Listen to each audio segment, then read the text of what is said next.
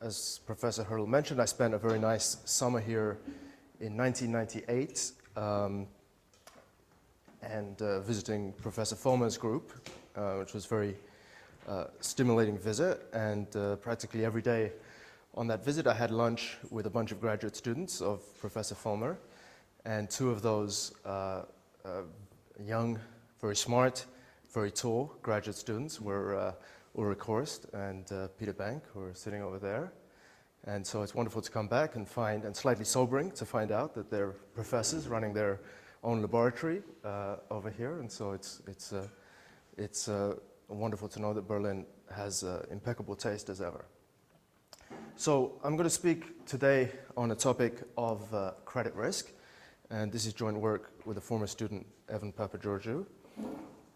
And so the subject of credit derivatives, and in particular multi-name credit derivatives, probably after the turmoil and the bad press this summer, it doesn't need very much introduction, but I'll give a brief introduction anyway.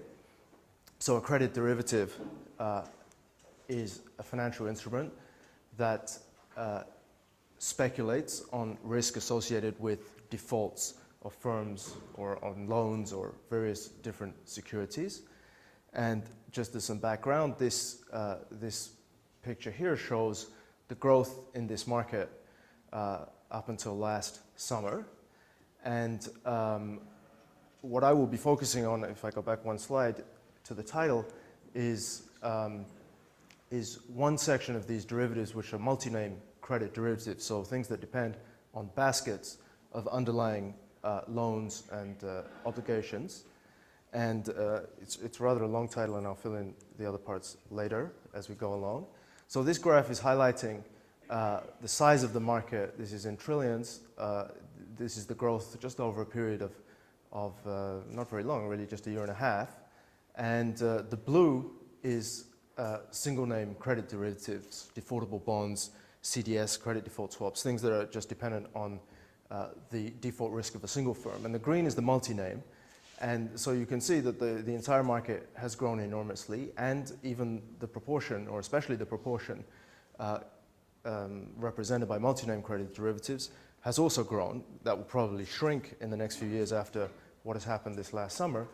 But this is still an important area which is very misunderstood and very difficult and very challenging for reasons that I will try and explain as we go along. So here is the essential problem distilled, that we are interested in the loss distribution of a pool of, let's say, little n firms, and we want to know the portfolio loss process L of t, which counts the number of firms that have defaulted, number of firms up to this little n, which have defaulted up until the time little t. And the credit derivatives essentially will be functions of this process at various different times. And n in these practical examples can range from the order of 50, perhaps to even 600. So the dimensionality will be extremely important, and I'll have to make a lot of, I and others will make a lot of simplifying assumptions to get around that, to be able to do something that is tractable in order to handle this kind of problem. And so essentially for the derivatives that I'm interested in, and the specific example I will talk about is CDOs, we are interested in this distribution, the probability under some risk-neutral pricing measure of the loss distribution at various times of this L of t. This is the essential thing that we want to try and come up with, models to try and compute this kind of an object. And so this is, I've yielded to, there are two issues. So the second issue is computational tractability. And tractability is important because with the dimension, there may be approaches which are just not computable at all if you run into combinatorial problems with these hundreds of names. So tractability is one thing, and efficiency is also something that you would typically want for calibration purposes. And then the models that I will be focusing on, one requirement which you can give as much or a little weight to as you prefer, is that the models for the loss distribution, which is something that depends on the joint distribution of the default times of these firms, should be consistent with prices of single name credit derivatives. In other words, you have some information about the marginal distributions of the single name default times, which come from single name credit derivatives. And so you would hope that the model that you use for the big thing, for the portfolio of hundreds of names, has some consistency with the single name values that you see. And so this is the caricature of this situation. So here L of t is the thing I'm interested in just for the purpose of the multi-name credit derivative. And then you have n names down here. And so the approach, the common or the ideal approach is this bottom-up approach, which is that you write down some stochastic model for the default risk of each of these individual firms and the correlations between them. So something about the joint distribution of the default times, and you try and build up to collect the stochastic model for this loss process. So you go from these simple models at the bottom to, so let me went too fast, up to the loss distribution. And then there is an alternative which is more and more popular in the industry just because the bottom-up is extremely hard to do that. And this approach essentially trivializes the problem, and it says, well, forget about the bottom. Let's just start at the top. So this is the top-down approach, and model directly this thing. And so now, of course, the problem is extremely simple because you write down a model exactly for the thing that you're interested in for the credit derivatives. And so this is called top-down, but the word down in the title top-down is essentially redundant because you give up, or nobody knows how to do, starting at the top, how to go back down to the bottom. So really, you forget about the basis and you start already at the top and you work with that thing. And so you can go, you can do a lot in that direction. And you know, for example, Kai Giesecke is one of the pioneers of this thing. And so it's still an ongoing debate whether it's satisfactory enough just to be able to start at this dimension and proceed satisfactorily with that and ignore the information that you have here at the single name distribution. What I want to talk about is essentially something in between, but probably closer to the bottom up than the top down, which is to try and reduce the dimension of the bottom up problem by grouping the firms into similar credit classes, if you like. So the dimensionality where n here is on the order of hundreds makes this bottom up very hard, especially in terms of calibration. On the other hand,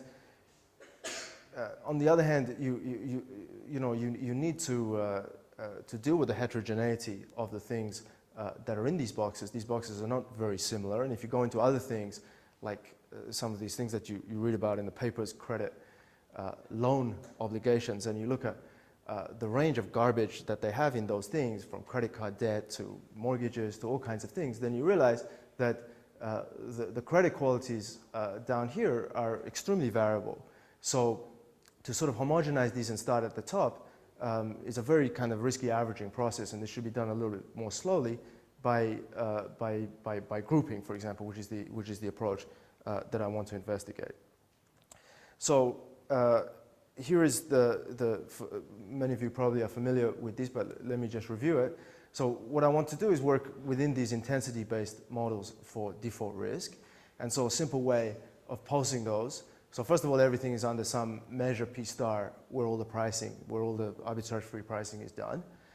Tau j is the default time of the jth firm, and for simplicity, it's within this class of doubly stochastic models or Cox process models. But you can think of it like this: let n be a standard Poisson process, or a Poisson process with parameter 1, and this intensity process lambda of t defines some sort of time change, and the default time of the jth firm is the first time that this Poisson process, time changed by the stochastic intensity, jumps from 0 to 1.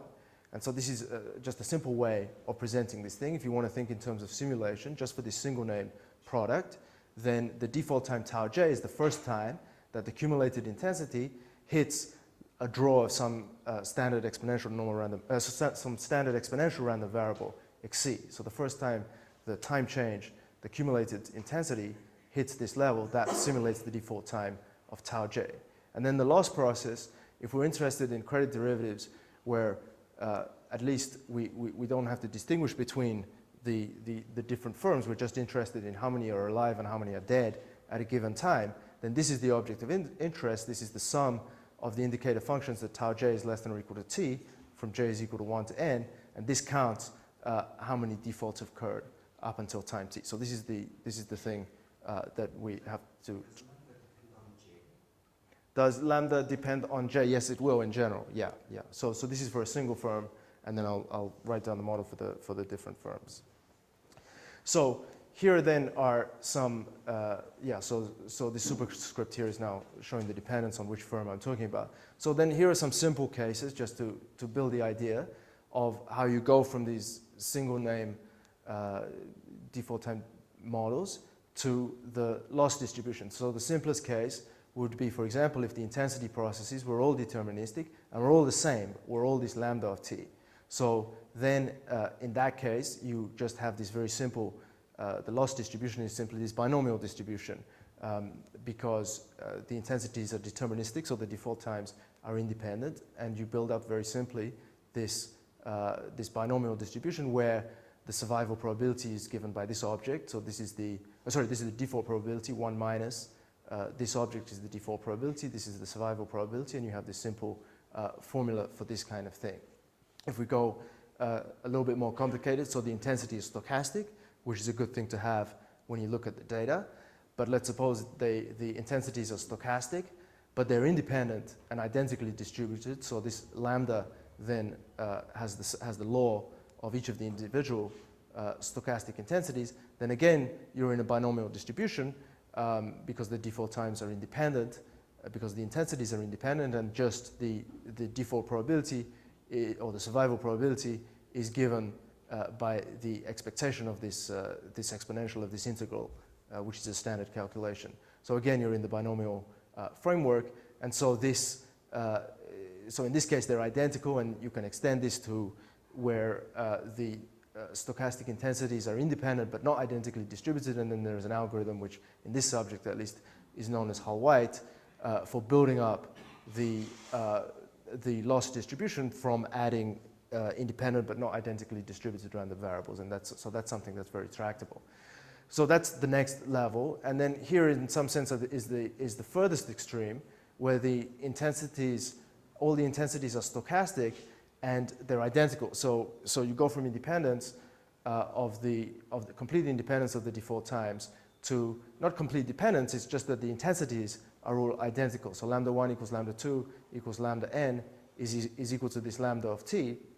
And then conditional on the path of this process, then they are independent. Then you average over the distribution of the path, and then you have this formula for the loss distribution, which is an average over these binomial distributions given the law of the path of this stochastic intensity. So this, in some sense, is the other extreme of these simple models, and I will use that as a basis to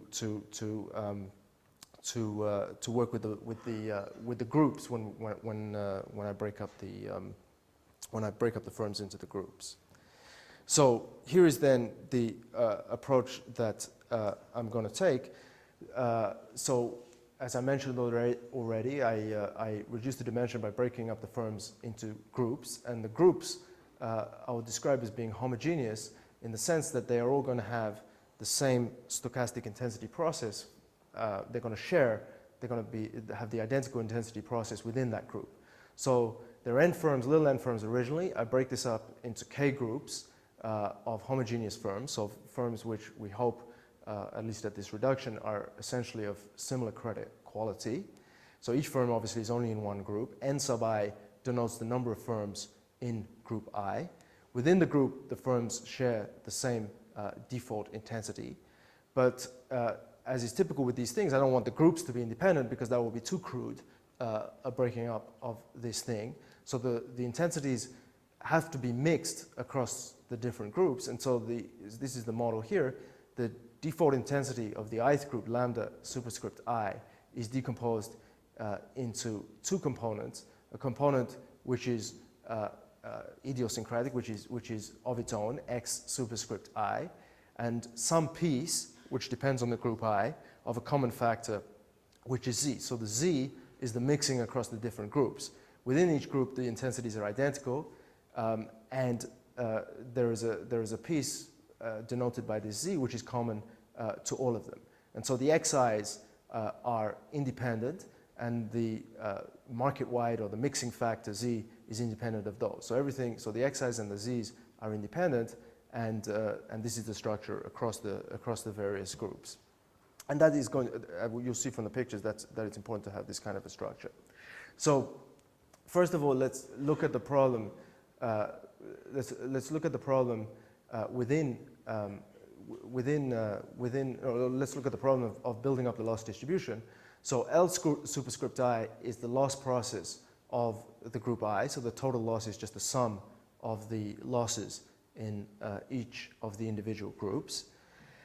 And within a single group, remember lambda I is common to all of the firms. So this is the third of those three simple examples that we had before.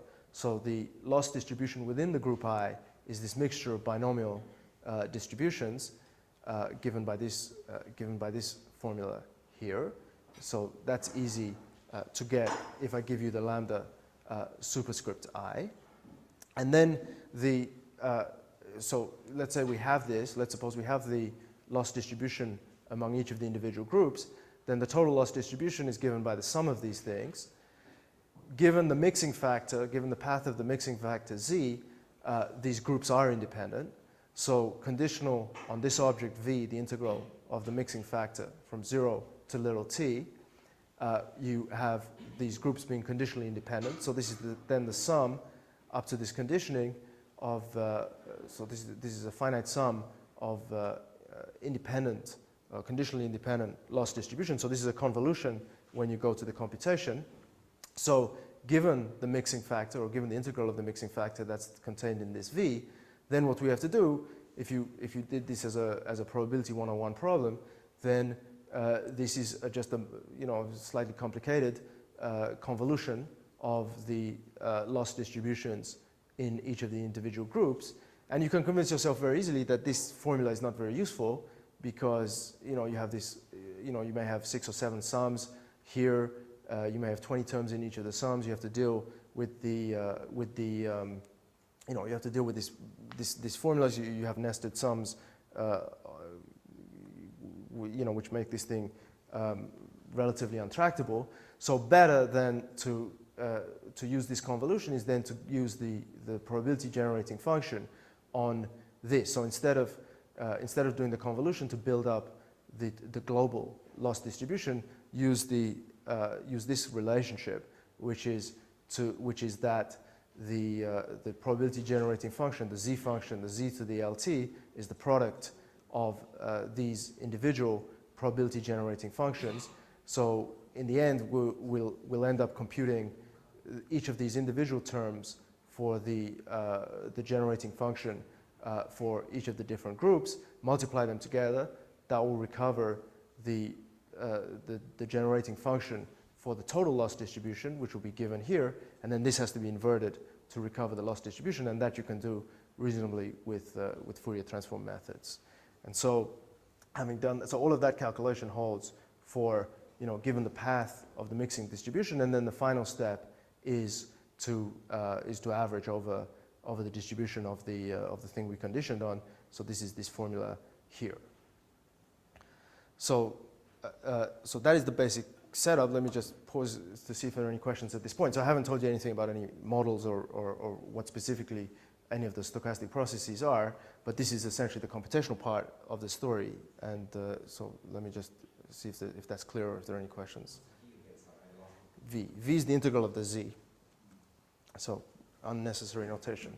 But so V is the thing you condition on the path of this object.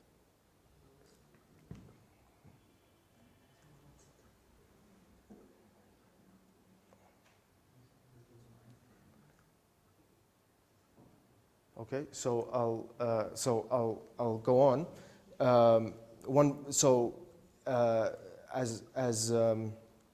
Going back to this formula, this is the thing that you have to do within each of the groups.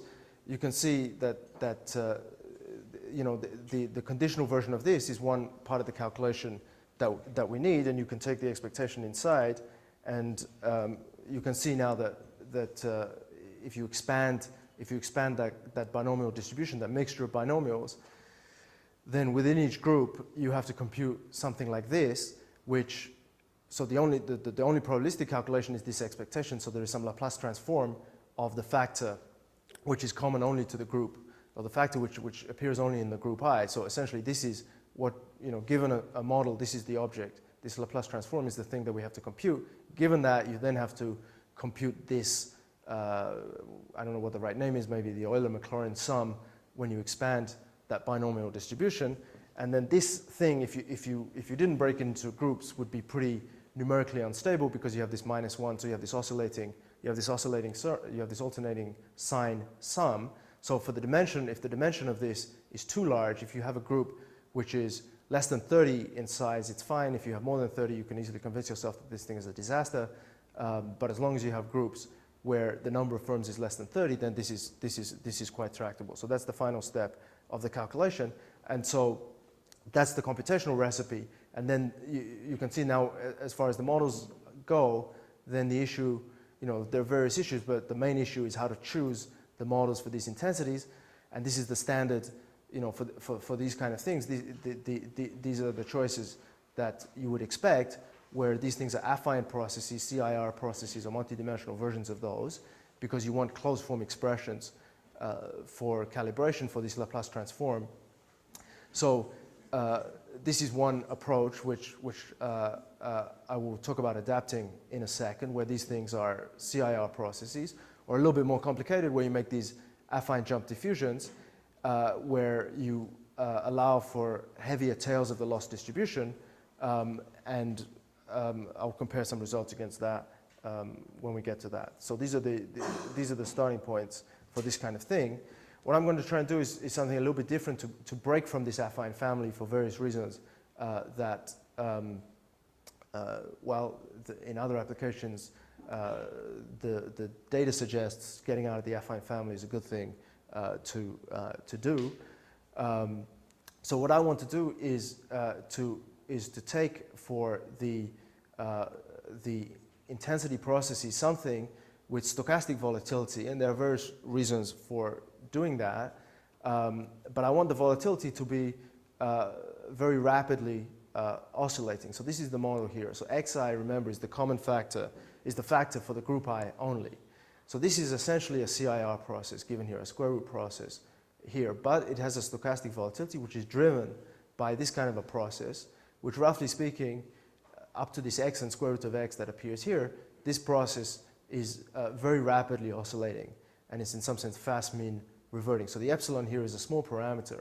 And so the idea is essentially to stay within the framework of diffusions, but to allow, through stochastic volatility of the intensity, that you have a slightly non-standard distribution for the loss in each of the groups. So in other words, the common intensity in the group I has a stochastic volatility which can move very rapidly.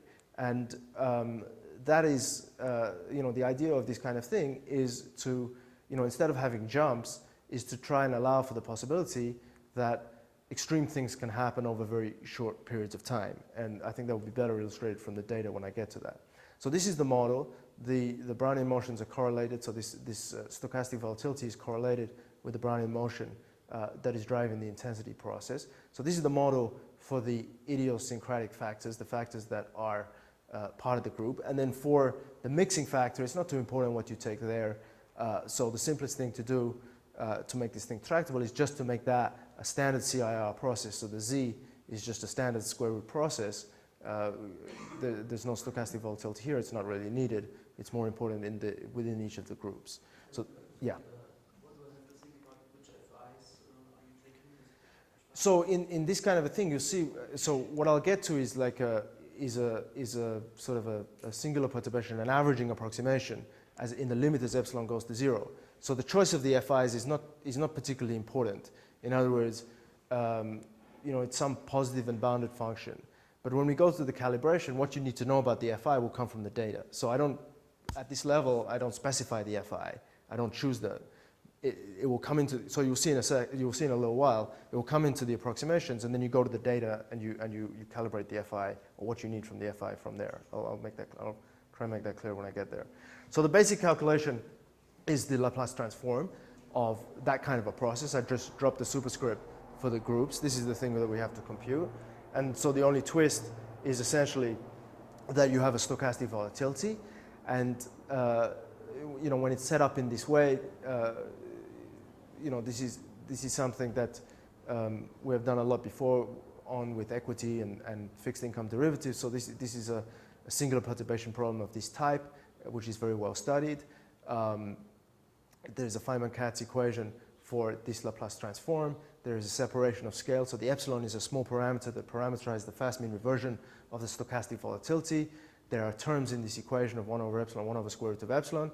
It's begging for a singular, it's begging for an asymptotic approximation of this type in powers of square root of epsilon, and that's what I will try and construct for the group distributions. So for this Laplace transform, which is the building block in the calculation, I'm going to go to two terms of the expansion, u0 and square root of epsilon u1.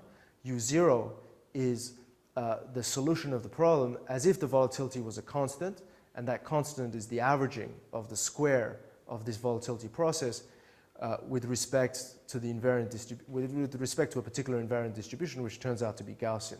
So as you would expect, those of you familiar with this subject, and if I click on this, apparently it goes to this kind of a formula. As those of you familiar with this know, that the nice thing about affine diffusions is that when you pass to the Laplace transform, you have kind of formulas like this, CIR formulas, AE to the minus BZ for the Laplace transform. So the first term, not surprisingly, is of that type, where the only effect of the stochastic volatility is just to average, because it's fast mean reverting into this constant sigma squared bar. And then what is interesting is to go to the next term, which contains a hint of the effect of the stochastic volatility. So this term u1 tilde, which is square root of epsilon u1, is of this form. It's just the u0, the AE to the minus BZ, multiplied by an affine, z is now x, multiplied by an affine function of the x, and you can compute all of these things explicitly, which is important for the calibration process.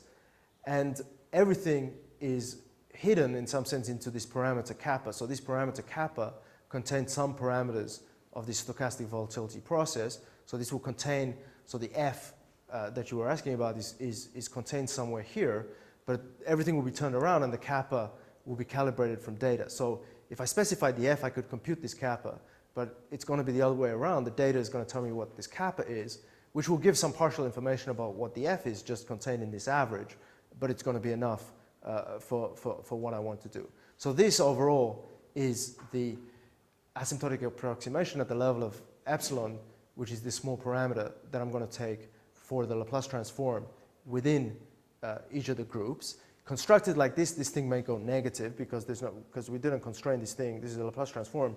So in principle, you don't have control over the sign of this thing. The u1 tilde should be small with respect to the u0, but in principle, this thing could go negative. So it's better to replace it with an alternative approximation, which is of the same order in epsilon, using this tan H trick, which is basically constructed so that this thing stays positive. So this is an alternative. This is an alternative formula for this object, which is up to the same level of accuracy in epsilon, but it's by construction. It doesn't go negative. And so here are the pictures, which hopefully give some indication of what is going on here. So this is showing the loss distribution within one of the groups. I don't have to do the mixing yet. So this is one group of 20 names. And this is now the overall loss distribution for 5 groups of 25 names each. So this is after the averaging with the mixing variable. And I don't know how well you can see these pictures, but the circle one, the red one with the circle, is the loss distribution with no corrections, without the stochastic volatility, without the u1 term in that object. And then the other two, which are the black dot and the blue plus sign here, are where you have different signs in this correction term. So there's a parameter here, kappa, which may be positive or negative, And so the black dot is when this correction is negative, and the blue plus is when this correction is positive. And you can see probably what we want to get some of the senior tranches of these CDOs, which kind of trade at extreme prices, is to have this correction here, which is putting more mass on the loss distribution further out. So on this right-hand tail, it's pushing this, it's pushing the weight further out. So there is, slightly more probability of larger losses over here. And then when you mix over the different groups, so here I think this is only computed with the positive correction. Here the effect looks small, but this is kind of crucial for the tranches when we get to the CDO. So the circle red is without any stochastic volatility. The blue plus is with stochastic volatility, and you can just about see here that it puts marginally more mass to the right, which is the kind of thing that I want to get. And so then let me talk about the CDO pricing. So I'm only going to be talking about CDOs on corporate debt when I look at the data, but obviously the things that you have heard about, the things that are causing all the trouble are on mortgage-backed securities, which are one level even more complicated than these things that I'm going to talk about. So a CDO, in case you haven't come across them, is a collateralized debt obligation. And I tried yesterday to read the Financial Times in German, and I learned many things, but I learned, one of the things I learned is that the German for CDO, or at least according to the Financial Times, is Credit Investment Pool, which is a much better name because it tells you exactly what it is. It's a pool which is, you can think of as a reinsurance contract, which packages a lot of different debts of different credit qualities, and these are tranched, these are sliced into various pieces and sold off to hedge funds and pension funds and maybe university endowments to provide, in theory, very large returns for taking on this reinsurance risk. So the pricing problem amounts to finding the insurance premium, which a protection buyer, the holder of the tranche, pays to the protection seller on certain coupon dates. And so there is a complicated formula, which I won't put at the moment, which tells you that given the loss distribution at various times, how you find the price of this thing. But I ultimately just take it that there is some function, and having the loss distribution at various times on these coupon dates is enough to compute the price of this thing, and that's the thing that we want to look at. So here then are some numbers. Oh no, here then are the kind of contract that I'm looking at. So if you like, the most homogeneous thing that we can look at is these standardized CDOs on these indexes, CDX and iTraxx in Europe, CDX in the United States, iTraxx in Europe, which group together 125 investment grade firms. So I will look at the CDX, and these are quoted on a daily basis, and they're relatively liquid for this kind of a thing. But obviously the big problem are these tailor-made CDOs that people exchange over the counter. So here are the tranches for the two common ones, CDX and iTraxx. CDX is the one I'll focus on. And so the basic problem is getting these 5 numbers, prices associated with the various tranches of this CDO, which are characterized by these strike prices, if you like. So the equity tranche, which is the riskiest of the 5, insures the first 3% of the losses. The first mezzanine insures the losses between 3 and 7%. The second mezzanine between 7 and 10. The third between 10 and 15. And the senior tranche between 15 and 30. So what you're interested in is, how much do you have to be rewarded for taking on this risk? So as you would expect, the equity tranche is going to have a very high premium, and the premium are going to go down as you go further through the tranches. And you might expect the senior tranche, which is insuring between 15 to 30% of the losses of these firms, which I mentioned were investment grade. The price of that should be essentially nothing because, unless you're extremely pessimistic, these things have a typically 5-year time horizon. Unless you're very pessimistic, this is never going to happen, that 15 to 30% of these 125 firms are going to go down in the next 5 years unless something absolutely cataclysmic happens. So you'll see that these kind of models will essentially lead to zero prices for these senior tranches, but okay, 5 minutes. All right, I'll do that. So, so you'll see that the models that we have, which will be based on these things, will have trouble capturing those things. So here's some data then to illustrate what's going on. So this is as of about a year ago, when credit markets were very confident, and nobody thought that anything could go bad, and the spreads on these were relatively small. So the equity tranche, which is quoted in a slightly different way, the number here is 23%. I won't go into how that's quoted. But here, these are in basis points, the amount of return that you get on your money. So you can see it's about 88 basis points for insuring these, 28 basis points, 7 points, and even 3 basis points for insuring this very unlikely risk between 15 and 30%. So I'll run through then very rapidly what the procedure is. We group the firms into 7 groups of increasing default risk. The default risks are sorted according to their single name risks from the CDS spreads. And this is a picture then of the 7 groups. So these are the spreads, the average spreads within each group as a function of maturity. So this is the riskiest, this is the next risky, etc., and this is the safest down at the bottom. So this is the information that is taken from the single name credit derivatives, and so you can see there's great heterogeneity between, let's say, the riskiest group and the safest group in some sense. Can you also calculate this implied correlation in this data with your model? Yes. So you can. So here's the data, and you can convert it into implied correlation if you want, and then you. So typically, yeah. So if you take the data and you compute the implied correlation, which means meaning the parameter that is implied from the Gaussian copula model, then in your model you don't, it doesn't occur.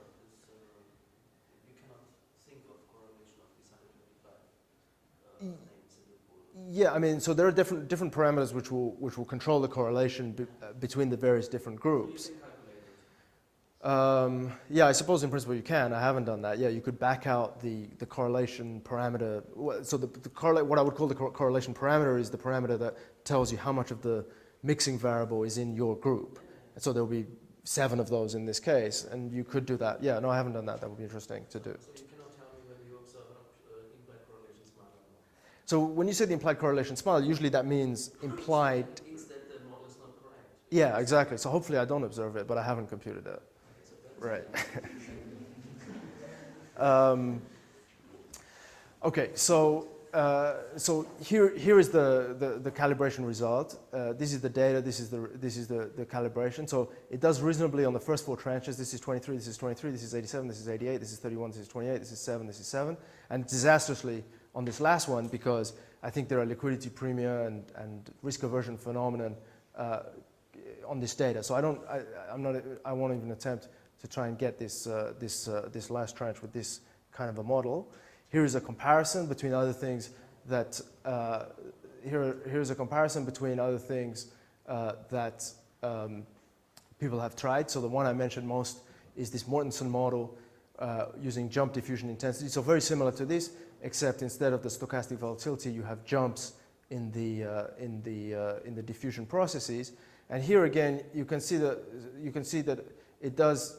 So let me just go through these numbers. So this is the dark one is the model that I'm talking about. So again, and this is from this data is from 2004 when the spreads were larger. So this is 40, this is 40, this is 311, this is 312, 123, 122, 40, 41, 12. The last one is always a disaster. This one does much better.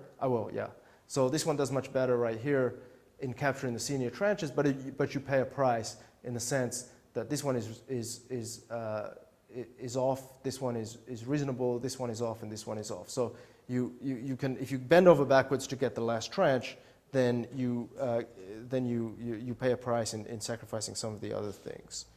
So what I will do is then, I think I have said most of this. I'm running out of time, but so I will end with I will just put the conclusions up here and end.